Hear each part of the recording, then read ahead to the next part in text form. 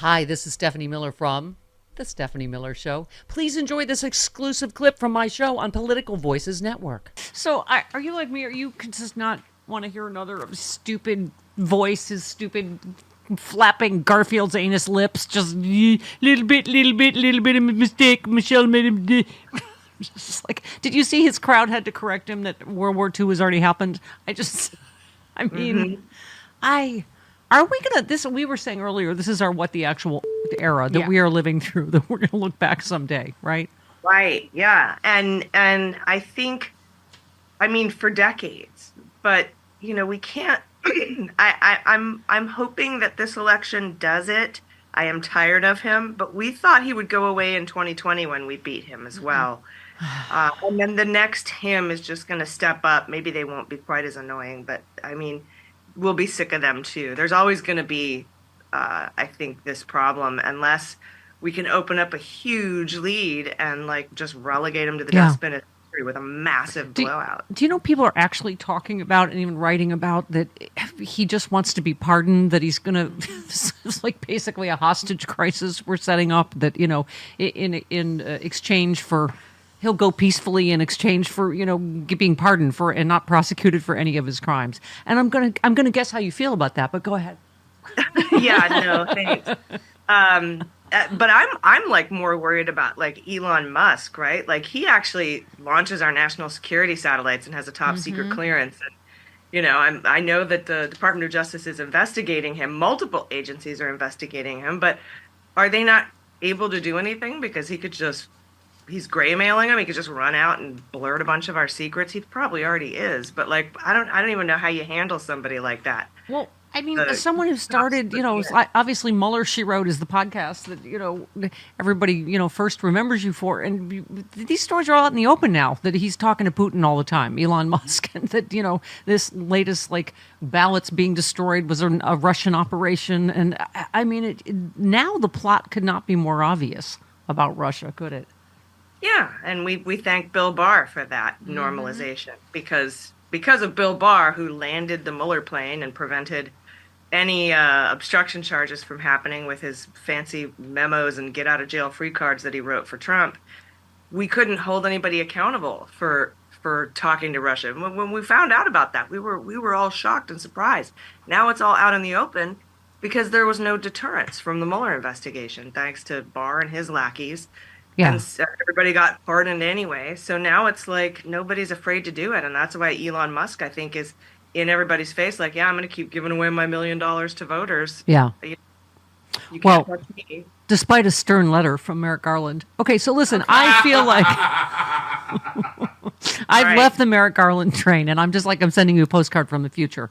But okay. I take your points, by the way, about, because I know you talk. Go ahead, talk about this, because I heard. I think Bob Seska read one of your tweets, but go ahead. I know everybody thinks I'm insane, and that's fine. And I will die on this hill. I just said to Jody, I'm not scared of her or her tattoos. But anyway, go ahead. Because on Saturday, Elon Musk announced his lottery. Right. Yeah. Sunday, Merrick Garland got the Public Integrity Unit together and the Voting Crimes Unit together, and they met and they decided that they were going to open an investigation and send a letter explaining to Merrick Garland or to Elon Musk that what he was doing is illegal. Because remember how Don Jr. was too dumb to crime? Yes. Yeah. You don't want to make that same mistake. That's what that letter is. You're breaking the law. And now he's continued to do it. Now, we don't know if Garland met with the PA, the Pennsylvania DA. Joyce Vance made that point, too, that it makes it easier to prosecute when you've already gotten a warning, right? Right. And he, within 24 hours, opened an investigation and sent a letter. And I don't think it was a warning letter. In the letter, it actually says, you are breaking the law. Yeah. If you continue to do this. Now, as we know, criminal investigations take a long time. So he probably told the PADA, like, you sue to get an injunction to stop him from doing this. In the meantime, we're going to do an investigation because you got to get documents, you got to get phones, you got to get testimony from people, you got to get witnesses, you got to take it all into a grand jury, you got to get a true bill. That can take a minute. So, we don't know what's gone on behind the scenes. Everybody just assumes because they have this blanket blind hatred for Merrick Garland because they were misinformed about when he started investigating Trump and the coup. And it bums me out. So, Chapter 2, on tyranny, defend institutions. I will not stop. Okay, no, I don't. Atta girl. And I support you in that. But talk about that a little bit more because what happens is you read the headline like, oh, the Pennsylvania is going to go ahead and do it. But so talk about that.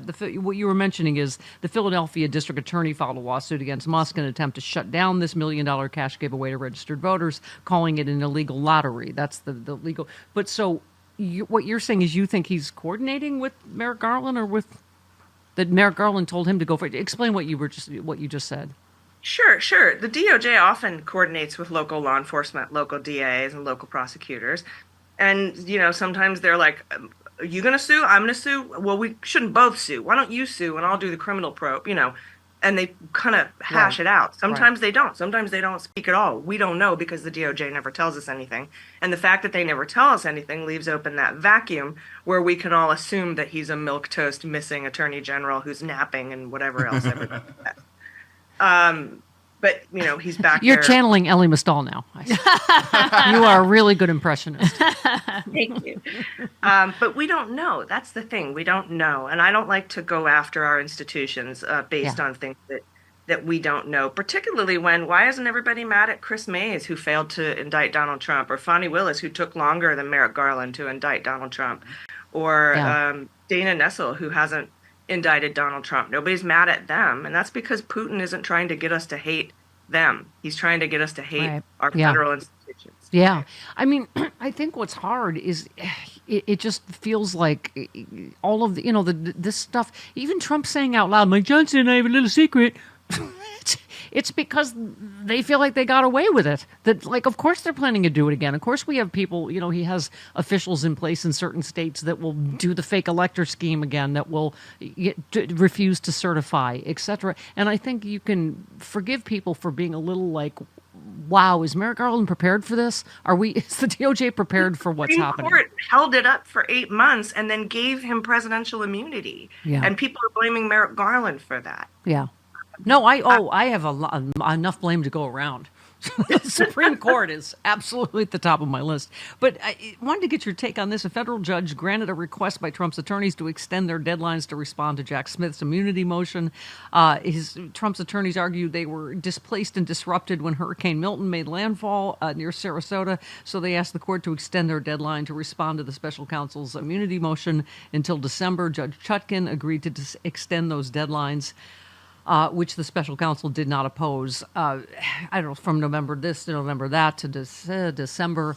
But you can't help it. It just feels like, oh my God, his delay tactic works every time, right? That's a pretty nominal delay from what he asked for before. He asked for an additional 3 weeks. Well, he asked for an additional 5 weeks, and he was given 3 weeks because Judge Chutkan actually gave Jack Smith an extra 3 weeks, so he could go, bam, get another whole shiny new indictment on him from a brand new grand jury. But so it's pushed back a little bit. And this is the first time they've used a hurricane. Yeah, that's new. And so you can't I've been through a lot of court proceedings, and you can't really be like if they came in tomorrow and said, my grandmother passed away, you can't really be like, roll her old bones on in here and prove it. We don't believe you. They usually just grant these things. And if somebody says they've been, a lawyer tells the court they've been, displaced by Hurricane Milton, the court tends to believe them. And it's not that much of a delay. The whole response to the immunity motion, Trump asked for, he didn't want to respond until after the election too. What gets me is that in a separate motion, trying to get the case dismissed because they think Jack Smith was appointed improperly, Donald Trump whines and complains that he's not going to get to tell his side of the immunity story before the election. And Judge Chutkan was like, you asked for an extension past the election. If you would like to turn it in before the election, there's nothing stopping you, sir. Yeah. Hey all, Glenn Kirshner here. I hope you'll join me on my new audio podcast, Justice Matters. I'll be using my 30 years as a federal prosecutor and Army JAG to unpack, break down, and explain the legal issues of the day, particularly where the legal intersects with the political. Please look for Justice Matters with Glenn Kirshner wherever you generally get your podcasts.